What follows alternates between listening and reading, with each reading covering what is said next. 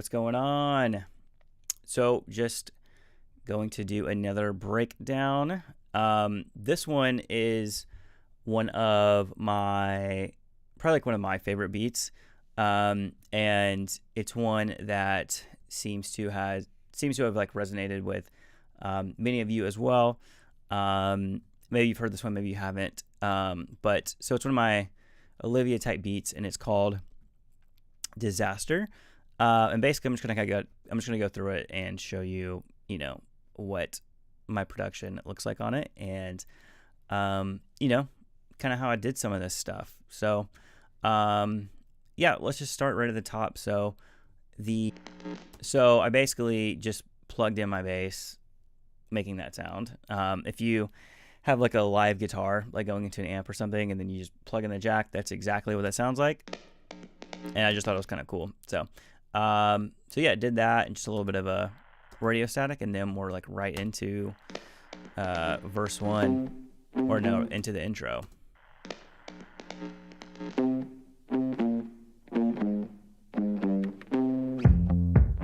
And then we're right in. One thing I think that's cool about this is that there's like reverb on the bass, which is typically something you don't do. But anyways, it sounded cool. And it's also cool because it goes like wet into dry, right? So it's like dry intro, wet bass. And then now the bass is like dry. Thanks, Sweet Pea. Yeah, this is like one of my favorites too. I'm excited to break this one down. So yeah, let me know if you have any questions about it as I'm working. And then another thing too, anyone who's watching, any questions related to this beat, music stuff, songwriting, anything in general, let's chat. So yeah, so going into the bass, here is the main bass that plays through. I believe this was like the first thing I wrote. I'm like 90% sure that this was like the idea that like I basically started writing off of. Just this bass doing this.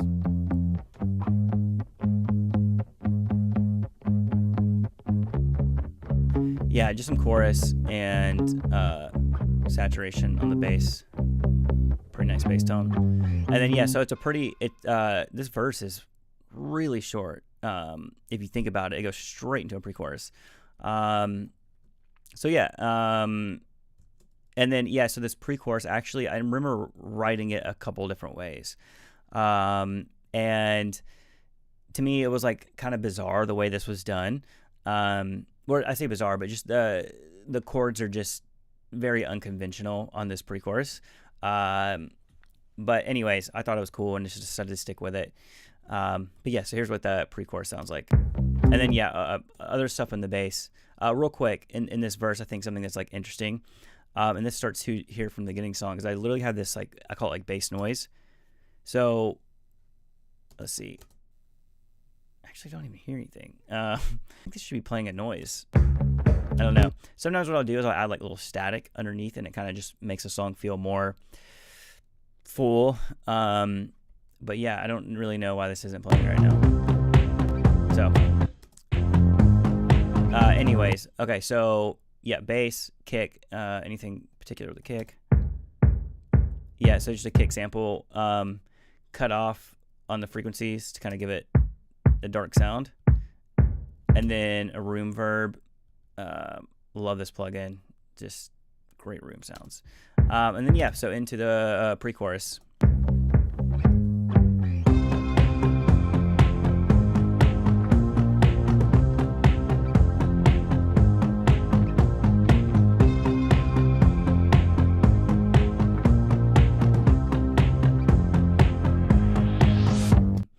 The main thing is, we changed the bass line to, we changed it. Yeah.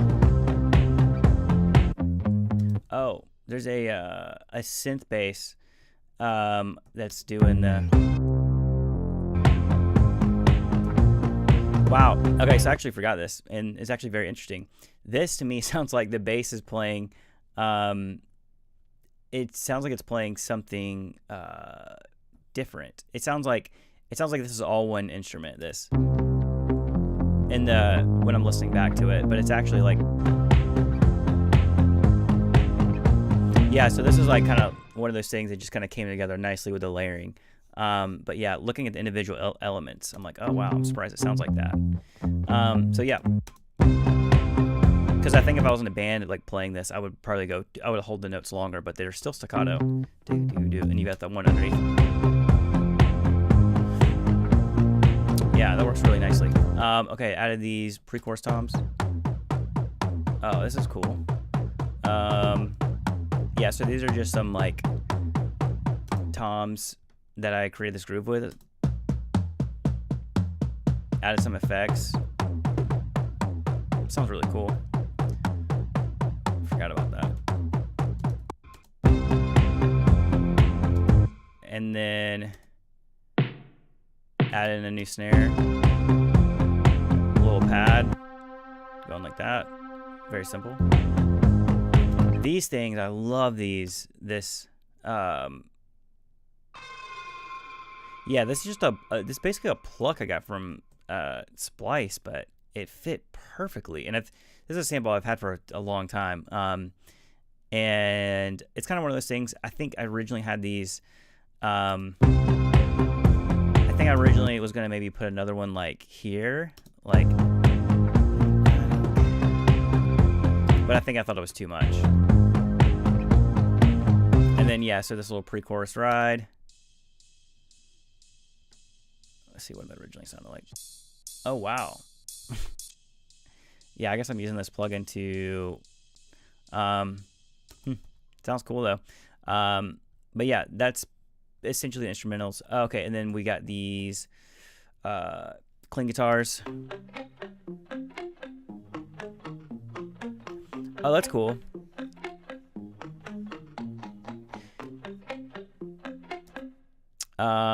Yeah, so these guitars, one thing that's cool about these is that, to me, like, I don't pick these up when I listen to the whole thing. Like, oh, you hear the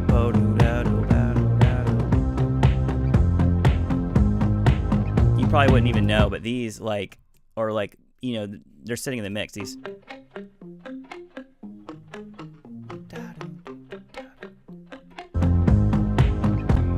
Yeah, you can't hear them in there.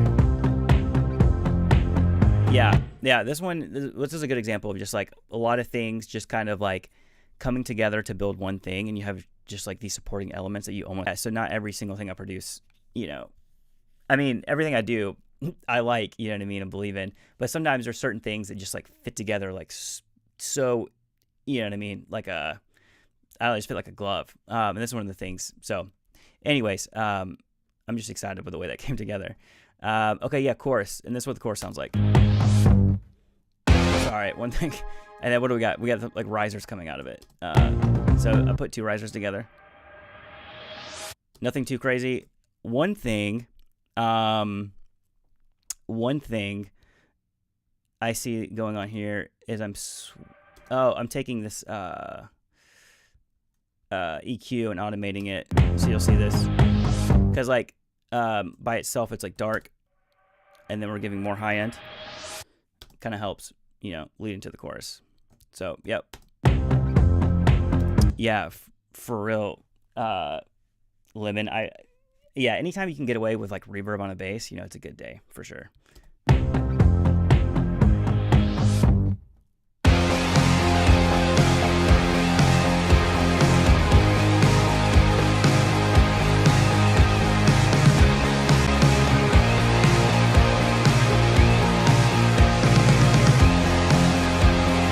Let's get into a little bit of this.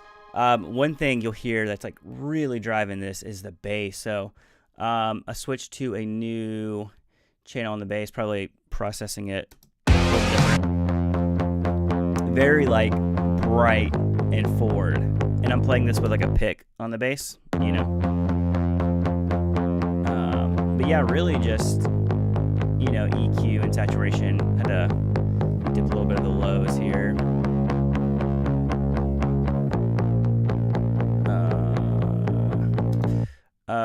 See, Hambone Tune says, does this genre do well in BeatStars? How about trying out more pop stuff? Yeah, a lot of people like the Olivia stuff. Like one thing that I always consider is that, like for instance, other stuff that does well is like Drake type beats, which you'll probably never see me upload a Drake type beat. And that's just because, for one, I don't listen to a lot of that stuff. And for two, even if I posted like a really good one, you know, I don't think my audience is going to be as into it.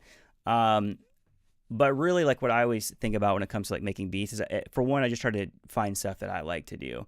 And then over time, like whenever, you know, I feel like I do stuff I like, certain people will see it and they resonate with it too. But anytime I start trying to like make stuff that I think will do well, for me, it just hasn't really worked out that well. So, but yeah, anyways, but yeah, no, there's a lot of people that listen to her stuff. One thing, if you want to check to see what people are into, download the YouTube extension TubeBuddy, and you could type in like Charlie XCX type beat, and then it tells you how many people are searching for it, and if it's like a popular trend. That's probably your best thing to kind of figure out if stuff's popular or not. Cool. So yeah, we've got this bass going here, and then we've got let's see. Yeah, so these are like the main guitars doing this up here. Man, this tone is nasty.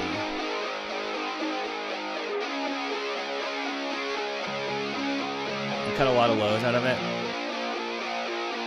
I think I tracked that with a lot of drive on it. Man, that sounds good. Love that. So low. So these are cool the way these work together.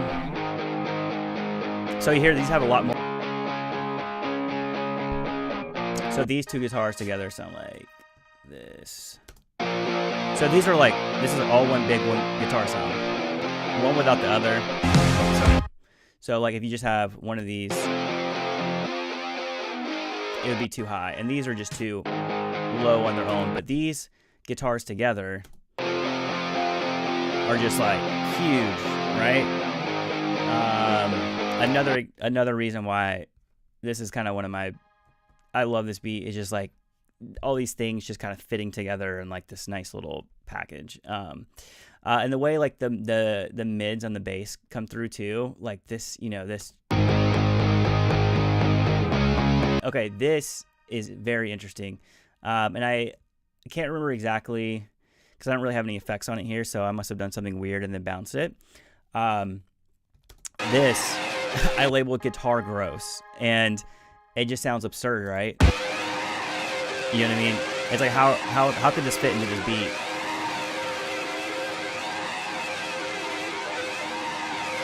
You know what I mean? But like that, whoops, sorry. That, this. These are my guitars and my bass. So all the things together are just like creating this like, just, okay, cool. Oh yeah, you said, so you sold 3 beats, just started this year. That's actually really good. My first year making beats, I didn't sell a ton either. So that's pretty normal. But as the more you do it, the more, you know, you'll figure out what you're doing. Because when I first started, I think I did like a couple like Justin Bieber beats, and I did like a Doja Cat beat, was like one of my first ones. But eventually what happens is like the more you do, you kind of figure out like what you like to do. And then you also figure out like what other people like from you as well. So that's like one thing I really like about the whole like YouTube thing. And then yeah, Sophie, I'm using Logic Pro X. So yeah, I mean, the drums, another thing I love about this is just like, it's literally just a drum set. Like the pre-choruses, there's some extra percussion, but on the choruses, like a lot of my other pop stuff, I'm like layering like kicks and snares and stuff, but this one's cool because it's just a freaking drum set and it just rips. My friends from Portland actually have a drum sample company called Varsity Drum Sample Company, and these are their samples, and they sound killer. So this is basically what their kit sounds like, and then basically, you know, did some stuff to make it sound good. A little bit of compression, saturation, and reverb. I'm slamming these drums. And then one of the big things on drums, especially like a live kit, to just get it to feel actually any kind, generally like something short. So these without a room verb sounds like this. So dry, like this is, you know what I mean? And all of a sudden it's like, so yeah, so room verbs on drums to me are like huge. Yeah, so Sweep says, do you record the instruments yourself? Yeah, I do. So my main instrument is guitar. I've been playing guitar since I was like a little kid. So, and I went to school for it and was, you know, I've toured playing guitar and done other stuff. So, that's why most of my beats you'll hear are like so guitar focused, is just because like I've just, you know what I mean? That's my strongest skill, I would say. Maybe even like overproducing. But yeah, so all these guitars, you know, these are all stuff I've like tracked in. You'll pretty much never hear like any kind of guitar sample or loop in any of my stuff. And then bass as well. Yeah. So like everything I record. See if this has anything like any kind of extra like pad or ambience loop. You know, for instance, like, you know, like the stuff like this, like these risers, you know, that's stuff that I'll grab like samples.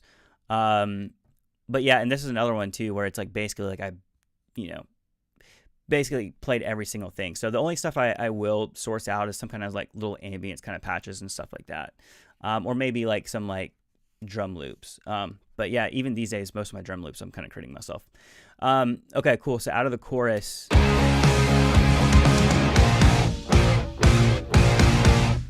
Yeah, I love the way these freaking lines up. And then back to the verse, which this is cool because it's like such a different contrast. Like, it's like so hard and then just so down.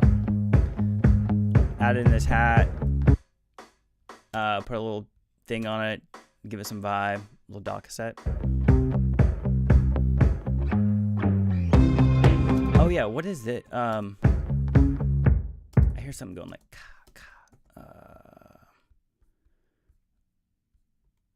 oh, these. Okay, these are cool. I know what this is. So this is just me like taking, here, I'll grab it. Actually, I don't know if my camera's going to pick up my face, but I'm basically on a guitar just going like this. And then just kind of like muted it.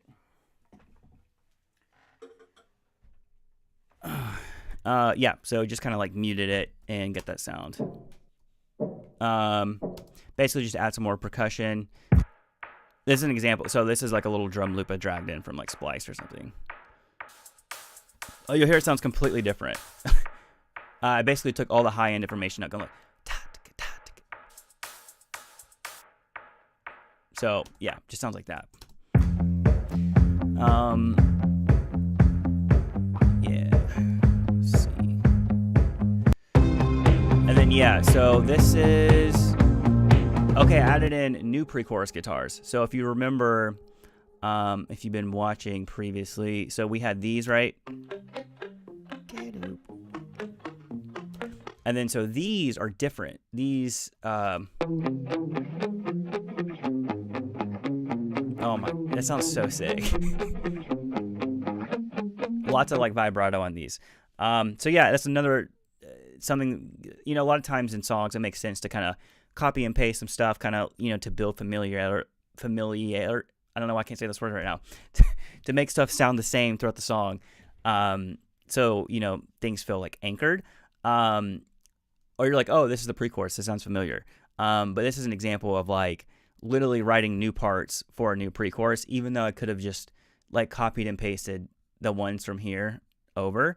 But I think in my head, I probably originally did that and then decided that it needed something else. So another thing that I like about this beat, you know, it's such a change of scenery from you know, part to part, you know. Yeah, crushing these with a distressor. And then so basically what I'm doing with this tool, I don't want to get too nerdy for the people who don't like produce, but basically when you like compress something like super hard, it kind of brings it forward. You don't always want to do that, but it's nice for these because they're like coming up to the front. Without that, you know what I mean? And so, pulled in a lot of the same sounds from the other one, but we just brought in one new element. You know what I mean? Yep, and new pre-chorus guitars.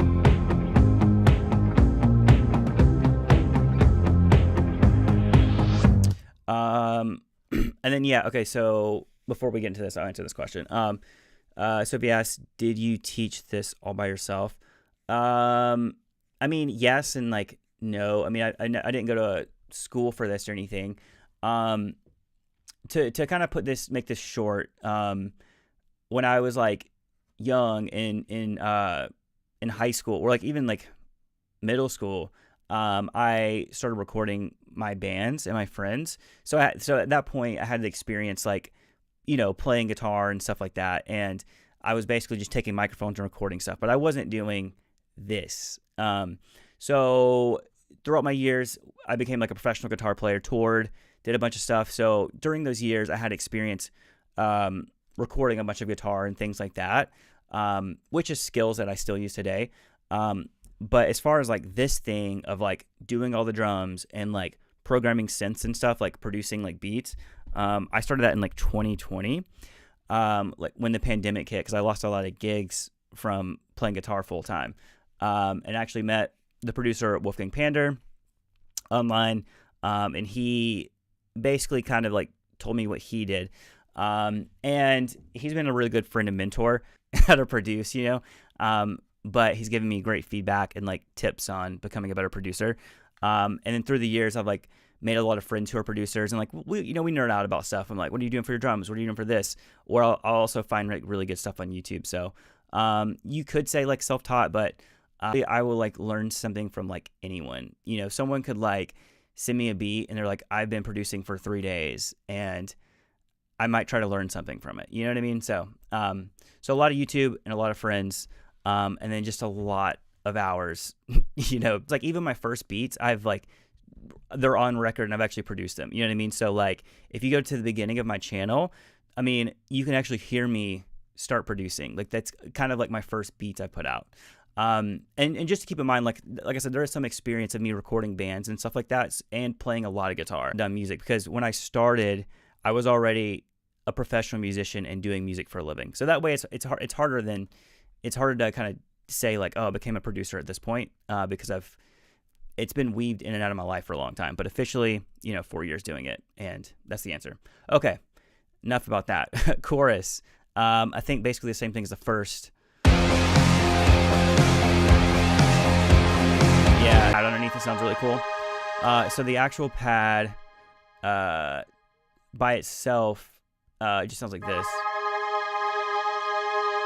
And then I added this plugin Portal, which is like spreading it out, just doing some beautiful stuff like Portal does.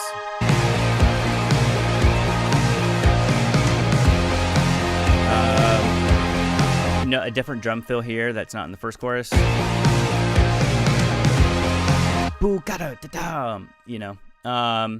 So yeah, another thing too, when it comes to drums, always try to do different feels throughout. Like a piece of really good advice I got from my friend Danny Spadero. He told me to think like a drummer, and that's something that has just always kind of stuck in my brain, because like programming drums is not natural to me, and it's probably one of my weaker things as far as like my strengths in producing. So that being said, I'm always like trying to just get better at that. But like for some reason, having that in the forefront of my mind, I'm like, oh, because it's so easy to just kind of like program some stuff in and not even think about it. But whenever you put yourself in, if you're like, oh, if a drummer was playing on the song, what would a drummer do? Would they just keep doing the same thing? And I picture like someone who isn't me, like a faceless person playing drums. I'm like, oh, would they do like a fill here, or what would they do to change up the last chorus? But even asking myself that question, like what would a real drummer do or think like a drummer, helps me a ton.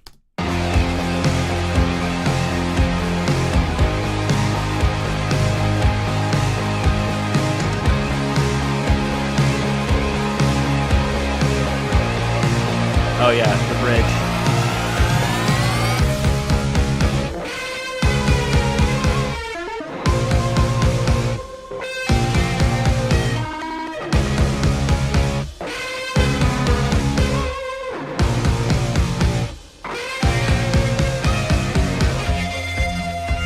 Okay. This is fun. All right, we'll get into this stuff. There's some crazy stuff going on with these guitars. Basically, you know, we're taking the same guitars we had and just going like, you know,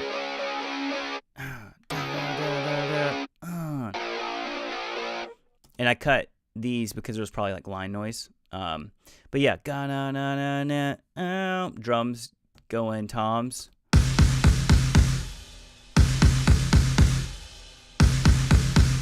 You know, basically all out. But the main thing is this guitar lead going like this. I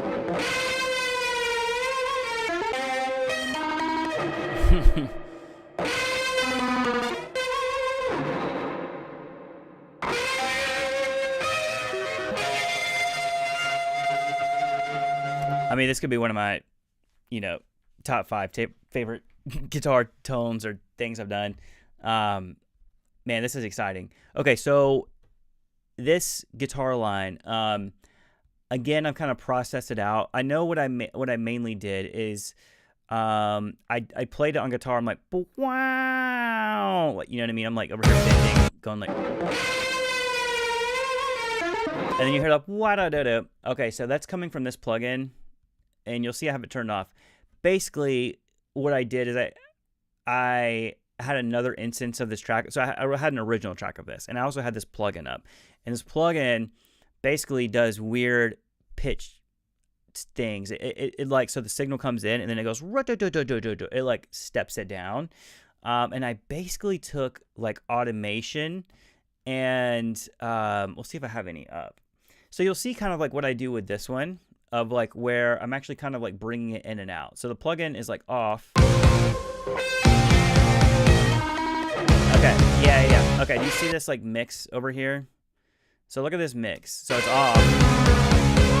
And then, yeah, because if it's like 100%, it's doing, we'll see. It would do like this.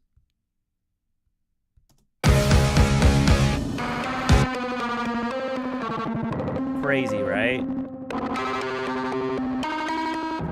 All right, so I don't have it all up.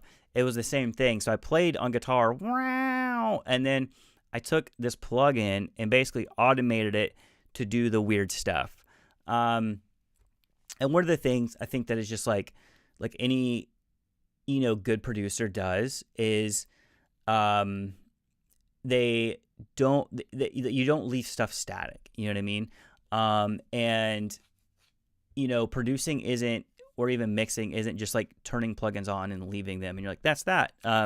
You know, it's a creative thing. So one of the things that I'm, you know, always trying to do is just making stuff like come alive. You know what I mean? So essentially, yeah. So you can't be afraid. Like once you have like plugins and stuff and you're working on stuff, you gotta like, you know what I mean? Turn up the mix, turn down the mix, like automate like literally everything. Parameters as a song goes. Like I just showed.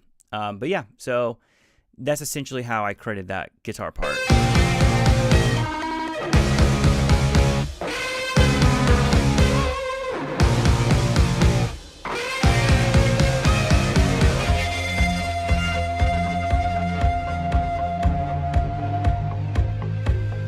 Yeah, and then I can't really show this off camera, but yeah, I have a couple. So as far as like the tone recorded in, probably some kind of fuzz with my quad cortex or my Kemper. I know I switched units around then, and then I have a plugin called Chroma Console, which has some just really nice like vibrato and drive sounds. So I know that's what I was almost certainly using those, of course. Okay, so we have this guitar feedback I brought in. Was this reversed? Probably. I guess it was like bounced, so I guess it's not reversed. But yeah, basically, the way I get the guitar feedback is turn up the guitar really loud, put on a bunch of distortion, and then my speakers were going like, you know. Yeah, so, and then I record it, and then just fade it in. And then that's what I use for the riser here. What's this? This is a guitar riser. Oh, this is really cool.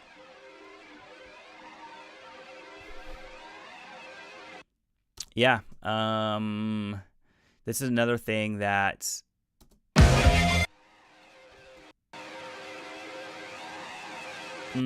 yeah, I don't know. I'm trying to remember exactly how I did this. I'll probably use my chroma console pedal. Yeah, definitely, because that weird vibrato. Or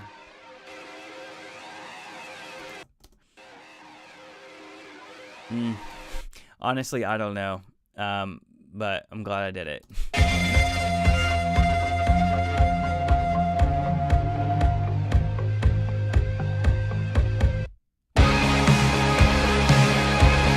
Okay, cool. And then so here's another thing. So this guitar layer 3 here. Yeah, so instead of, like I could have, which to an extent I did, I brought some of the elements over, obviously, like these, you know, original guitars, right? But, you know, when it comes to like making good music, or I will say what I like in music, I like for songs to, basically, it's almost like a movie, you know what I mean? So it's like any good movie has like, you know, things are chill in the beginning, something happens, and then there's like a climax and like resolution, right? So kind of the climax of this story was the bridge. This, I don't know, you could kind of look as the resolution, but also at the same time, to me, it's like the last time you're doing the chorus, like you want it to feel, I don't know, something different, right? Like you want, so I never try to have like my last chorus sound like the second chorus, because it's like the last one, and it's like, how can we make this even better, right? Or even more aggressive. And then, yeah, so, you know, obviously brought over some of the same guitars, but I added this guy going like this. And it sounds really crazy on its own.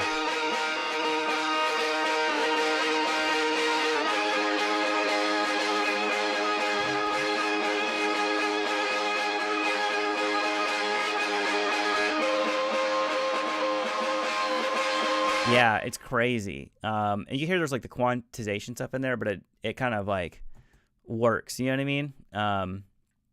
So, yeah, I don't know. Let's just hear it. Let's see. So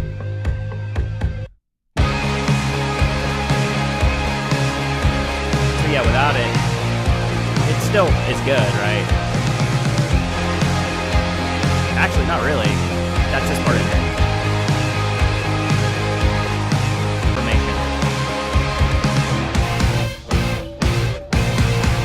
Cool. And then, yeah, last thing we did here was, instead of, you know, because that ba-da-da-da-da-da-da is essentially the same thing we took from the first choruses. But again, asking myself, I'm like, how can we make this last stab have even more energy? And the answer was more guitars, which is, I feel like, always the answer with me. So yeah, we added these bends. That's a cool tone. Let's see. What are we doing? Oh, we're doing some stuff. Okay, this is cool. Let's hear without it. Oh, nice. This is way different. Okay, yeah, so this is a good example of like, these guitars are pretty much exactly what I recorded in. Yeah, these are just basic compressor, like whatever. Yeah, so this is essentially what I recorded. And then we add a sweetener. So this is kind of like a chorus. Yeah, this is like a chorus. That's like another drive. That's a compressor. And this is a, oh man, what does this do? This is like a resampler kind of thing. Makes stuff like cool and gritty. So like plug in my plugin. Man, that's nice. Hear that ring off the... Man, Reason stuff is so good. It really is. All right, and then this is just fuzz. So yeah, so without that, so a little fuzz on top, and it brings up that high end little ringing noise even more. Man, so sick. Added a compressor. I think that's just to, like, smush it down. I think it was a little too dynamic, and then this even adds just like. No, crispy isn't the word.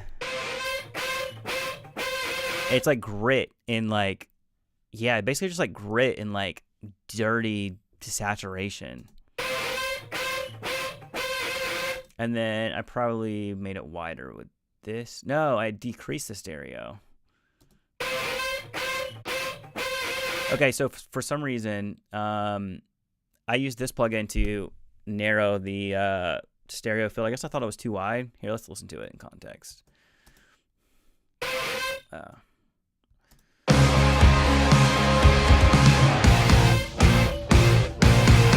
I know why I did that. Because these guitars felt... I did that because... So, the original guitars, they're pretty wide, right? And, like, you can go crazy with your stereo spectrum. But where the guitars were, that sent them out even wider. And to me, it felt unnatural because, like, these guitars were coming in, and it felt like just too exaggerated. So I just used this plugin to, like, pull back the stereo field, make it a little bit more mono. And I think these plugins that I added in Reason, I think these pulled it out. So I think essentially I'm just kind of setting it back to a normal width, we'll say. And yeah, I think that might be it.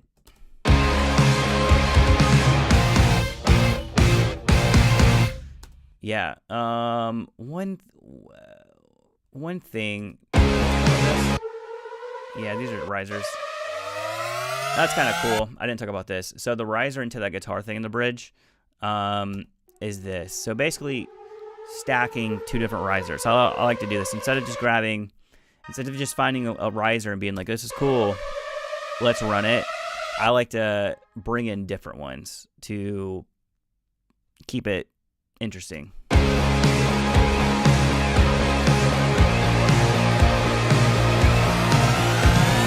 And you can hear, man, that's so sick. Like, I love that.